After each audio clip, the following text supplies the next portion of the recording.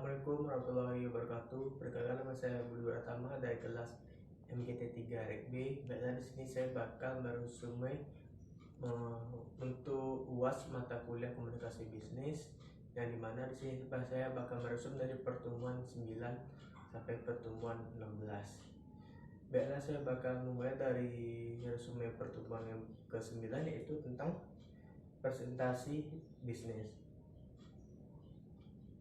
Presentasi bisnis adalah menyampaikan informasi tentang aktivitas bisnis, pengembangan proyek, pengajuan usul proyek, perluasan pasar, dan pengembangan pasar yang dilakukan pembicara kepada audiens yang hadir dalam forum bisnis. Presentasi dalam bisnis sangat penting dilakukan untuk mencapai tujuan yang hendak kita capai. Baiklah, saya bakal mencontohkan bagaimana pentingnya presentasi dalam bisnis. Misalnya, ketika kita lagi bekerja untuk dapat tawarkan dari posisi yang lebih baik, yang dimana kita disuruh membuat biodata diri kita ataupun mengenai pencapaian kita selama ini, yang dimana kita nanti bakal mempresentasikan kepada atasan-atasan kita, yang mana di situ kita bakal membuat CV kita semenarik mungkin, apa yang telah kita capai selama di perusahaan, terus bagaimana kita selama bekerja. Di situ kita tunjukkan dalam presentasi bisnis kita. Terus untuk yang selanjutnya, baiklah, karena pertemuan 9 sama 10 sama, saya bakal lanjut ke pertemuan 11, yaitu komunikasi interpersonal dan kelompok. Komunikasi adalah istilah yang begitu populer di saat ini media massa, buku, dan kelompok. Manusia penting dalam komunikasi.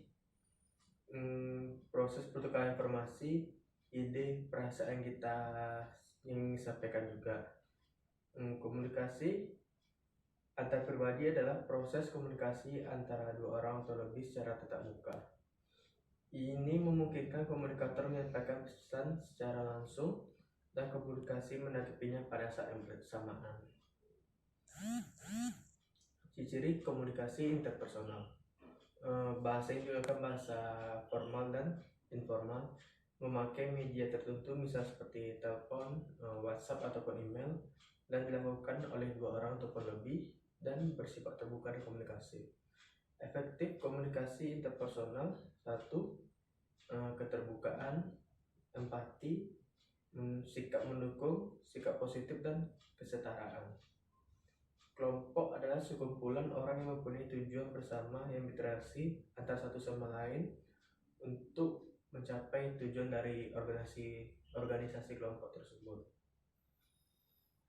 Klasifikasi kelompok meliputi: 1. Kelompok primer. Kualitas komunikasi dalam kelompok primer bersifat dalam dan meluas, dalam artinya menembus kepribadian yang tersembunyi atau meningkat unsur-unsur yang tersirat. Selanjutnya itu kelompok sekunder. Komunikasi bersifat dangkal, menembus permukaan luar dan kepribadian kita. Kebanyakan menggunakan komunikasi verbal dan jarang sekali melibatkan komunikasi non verbal. Bentuk komunikasi kelompok pun ada terbagi dua, yaitu komunikasi kelompok kecil dan juga kelompok komunikasi besar. Fungsi dari komunikasi kelompok yaitu menjalin hubungan sosial, fungsi pendidikan, fungsi persuasi, dan fungsi terapi. Baiklah, selanjutnya saya bakal beresume pertemuan 12, yaitu negosiasi bisnis. Negosiasi bisnis adalah keadaan di mana dua atau beberapa pihak saling mempengaruhi atau berinteraksi untuk kepentingan pihaknya dalam menjalankan bisnis. Tujuan idealnya adalah mencari win-win solution agar semua pihak diuntungkan, karena pastinya tidak ada pihak yang ingin dirugikan dalam bisnis ini. Proses negosiasi menjadi hal penting dalam menunjang kemajuan sebuah bisnis. Negosiasi digunakan untuk menjembatani kepentingan yang berbeda antara produsen dengan konsumen. Seorang negosiator harus dapat mempersuasi lawan bicara agar mereka dapat mengikuti kemauan negosiator tanpa mereka sadari. Baiklah, selanjutnya untuk pertemuan atas yaitu etika dalam komunikasi bisnis. Etika memberikan dorongan dan mengajak setiap individu guna bersikap yang kritis dan bersikap rasional dalam rangka mengambil keputusan berdasarkan kepada pendapatnya dan bisa untuk dipertanggungjawabkan secara baik. Etika mampu memberikan pengarahan kepada masyarakat guna berkembang menjadi sebuah masyarakat yang teratur, tertib, dan bermoral. Etik dan etis. Istilah yang berhubungan dengan etik adalah etis, norma etika sebagai ilmu akhlak yang membahas pola-pola aturan tentang nilai-nilai kesusilaan tidak lepas dari istilah etik, etis, dan norma. Adapun faktor-faktor yang mempengaruhi satu etika yaitu tabiat pembawaan, 2 akal pikiran, dan 3 hati nurani. Faktor-faktor memberikan pembentukan etika ditentukan oleh faktor internal dan eksternal. Adapun faktor internalnya yaitu keadaan dari manusia itu sendiri yang meliputi kognitif, pemahaman ajaran agama, kecerdasan, latar belakang efektif, motivasi, minat, sikap, konsep diri dari kemandirian. 2 faktor eksternal, keadaan yang berasal dari luar dari manusia yang meliputi pendidikan di lingkungan keluarga, pendidikan sekolah, dan lingkungan masyarakat. Terus contoh penerapan dari etika bisnis: menyebutkan nama klien dengan baik, hadir tepat waktu saat janji temu, berdiri saat berkenalan, tidak segan mengucapkan terima kasih, dan membayar tagihan rapat.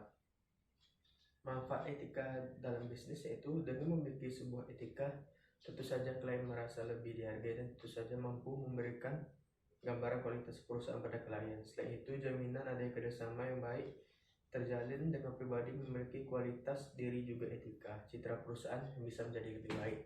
Selanjutnya saya bakal mempresentasikan mengenai pertemuan ke-14, yakni teknologi digital dalam komunikasi. Menurut salah satu lembaga penelitian di US, The Advisory Council for Applied Teknologi Informasi sebagai suatu disiplin ilmu sains, teknologi, dan rekayasa, teknik-teknik manajemen yang digunakan dalam menangani dan memproses informasi, bagaimana aplikasinya, komputer, dan interaksinya dengan manusia dan mesin, serta asosiasinya dengan kondisi sosial, ekonomi, dan budaya. Dalam praktek komunikasi bisnis diperlukan sarana yang dapat menunjang proses komunikasi itu. Teknologi informasi dan komunikasi yang semakin hari semakin berkembang dapat dimanfaatkan dalam praktek komunikasi bisnis. Internet adalah jaringan komputer yang tersusun oleh ribuan bahkan jutaan komputer. Teknologi digital adalah salah suatu alat yang tidak lagi menggunakan tenaga manusia secara manual, tetapi lebih pada sistem pengoperasian otomatis dengan sistem komputerisasi atau format yang dapat terbaca oleh komputer. Adapun sistem situs di jaringan sosial seperti Facebook, Twitter, Instagram, dan lain-lain. Pelaksanaan teknologi informasi dalam komunikasi bisnis, otomasi kantor, berbagi informasi dengan karyawan, bertukar informasi, ketat terhubung dengan konsumen, kolega, dan penyuplai, menjalin kerjasama dan kolaborasi, dan menghemat biaya. Baiklah, untuk pertemuan yang terakhir itu teknologi komunikasi digital.